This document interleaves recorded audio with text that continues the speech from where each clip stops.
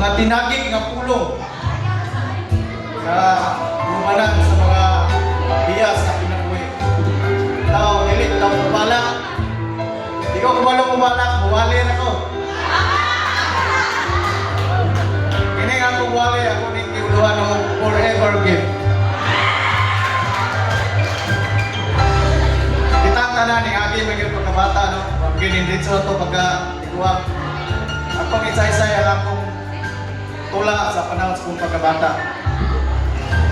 Sa panahon sa akong pagkabata, pirmi nyo kong maghinam-hinam panahon sa Pasko.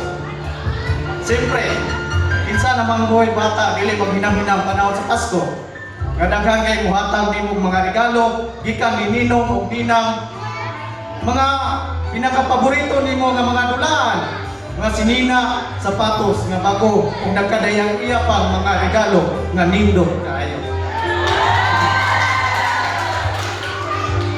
Sa akong pagkadako, hinay-hinay na po na papas o nawala, murabag litrato na bumubupas. Sa akong pagkadako, nawala na ang tanan nako nga kalipay sa dihang bata ako. Murabag napangutana ako nga dunay kulang nga mabati nimo sa imong dughan. Huwag niabot sa punto nga nganong dunay kulang tungod kay aduna kitay nagkadaya-iyang mga pangandoy sa kinabuhi.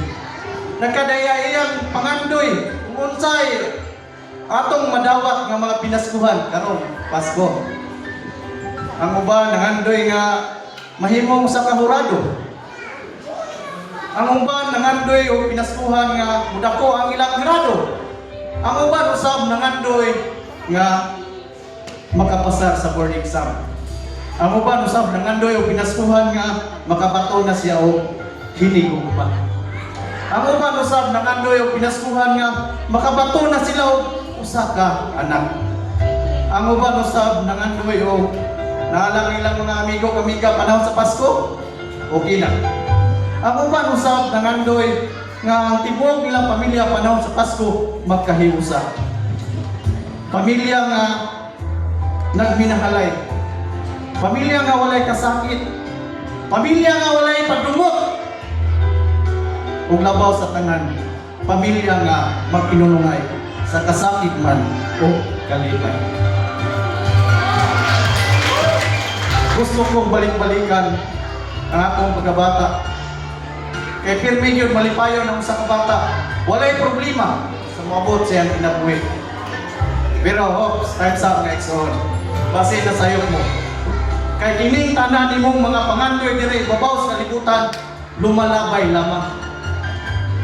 Sa akong pagkahamtong, akong nakita, akong nasuta, na tinuod ay na forever nga pinaskuhan nga imong nangkon mo katong nagpakatao dito sa Bethlehem. Pagkapait palandungon kinataw pagid siya dito sa pasungan. Pagkasakit pamation kay siya namatay dito sa ibabaw sa krus sa Kalbaryo tungod kanatong tanan aron kita maluwas.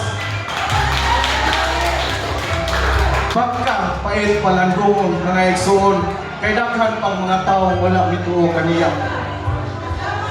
Pagkapait palandungon kay daghang mga tawo nakakita apan nagpakabuta, nakadungog sa pulong sa Ginoo apan nagpakabungol. Busa mga igsoon ko, kitang tanan magpadayon kay walay laing dakong pinaskuhan ang forever gift na pinaskuhan nga atong naangkon mao lamang si Ginoong Hesukristo nga atong Ginoo ug maayong Pasko kanatong tanan.